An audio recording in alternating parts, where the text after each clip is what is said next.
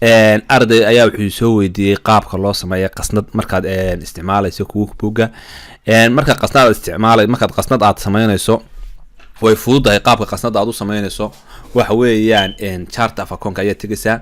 marka chart of account tagto waxa weeyaan waxaad ku dhufanaysaa account markaad ku dhufato waxaad sameynaysaa hadana new. marka new tiraahdo halkan baa tagaysaa ay ku taalo bank baa tagaysaa halkaas aad qasnada ka sameynaysaa. marka bank tagto halka continue baad oranaysaa. marka continue tiraahdo waxa weeyaan halkaas waxa weeyaan magacii baad qoraysaa qasnada. waxaad qasnad ayaan u bixinayaa. qasnad markaan u bixiyo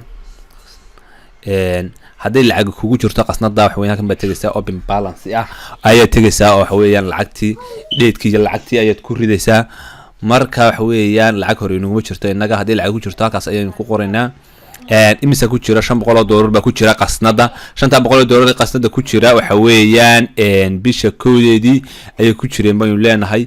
okay baynu leenahay markaas safe baynu leenahay close oo xid ah. halkan waxa weeyaan no baad iska oranaysaa. imika wada qasnadii 5,000 baa ku jira. transaction hadaan bal wax iibiyo ama aan sameeyo waxa weeyaan qof baan lacag ka qabtay aan lacag deena ku lahaa halkan ma igu jira bal aan hubiyo qof customer ah waxa weeyaan Khalid kaaba ka qabo lacag waxa kuma lahayn. haddii aad qof aan lacag ku lahaa aan doon ama sales baan sameyn karaa waxaan ku tusay qaabka ku soo dhacayso. sales hadaan sameeyo aan sales tago waxa weeyaan cadaan baan wax ku iibiyay. markaan wax iibinaya alaabtaan iibinaya kan ka dooranaya taas waa wada ogtihiin inta shay ay tahay ayaan halka ku qorayaa. dabeetana waxaan weeyaan lacagtaan siinaya halkaas ku qorayaa adoo 312 kastan iibiyay. waan xirayaa waxa weeyaan lacagtaas bal meesha soo gashaan in tusaya. chart of account ka waan ku noqonayaa. chart of account markaan ku noqdo qasnadiis ma bedelin. haddaba maxaa dhacay qasnadii 312 baan iibiyay maxaa qasnadii 5,000 baa ku jira waxa weeyaan undeposit fund bay ku dhacday waad aragtaan. account-ka undeposit fund waa account yar oo maqal ah oo maalinle ah. account-ka inta badan waa la iska xiraa.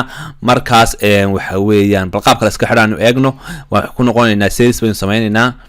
markaan saleska sameyno account-kii waxa weeyaan halkaas ama waxaan tagaynaa halka account-ka laga xirayo tusaya.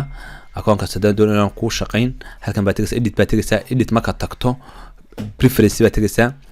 account-ka isaga qasab ku sameynaya marka wax iibisay la qasnad uma doono hadhow tolo waxaan oranaynaa transaction-ka waxa weeyaan lacag qabashada aanu sameynay ama sales-ka aanu sameynay waxba hanugu dhacaan qasnadan ka aanu bixinay qasnada ku dhacaan laakiin se marka hore weeyaan kan iska xidhnaa.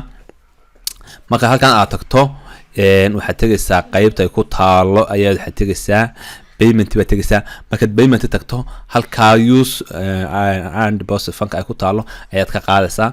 saas ayuu account-kaasi kugu daayay weli waxba harsan. account-ka markaad sidaa uga qaado tigta waxa weeyaan waxaad ku noqonaysaa home-kaaga waad ku noqonaysaa. home-kaaga markaad tagto waa in aad ka xidhaa inuu mar labaad uu ku tuuro undeposit fund uu lacag kaaga tuuro waa inuu qasnada kuu soo ridaa marka dambe. marka sales labaad baan sameynayaa. qasnada inta badan lacagta qasnada ku soo dhacda waa lacagta saleska laga sameeyay iyo receptiga account receivable-ka ku soo xaradaad ka qabsato. lacagtan iminka waxaan doonayaa inay ku dhacdo 330 kaas. marka halkaas aad bedelaya weli wuxuu sii xasuusan yahay undeposit fund-kii waad ka bedelaysaa qasnad baad dooranaysaa. mar dambe ku weydiin maayo isaga automatically u haysta.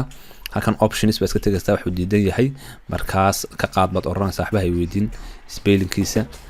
markaad saa tiraahdo waad iska xidhaysaa. qaabkaas ku save garoomay haddii aan chart of account ku noqdo waad aragtaan lacagtii qasnadeedu way korodhay 5,330 baa kusoo biiray. undeposit fund-kii waxa weeyaan waxa ku jira intii hore markay kaga dhacday baa ku jirta.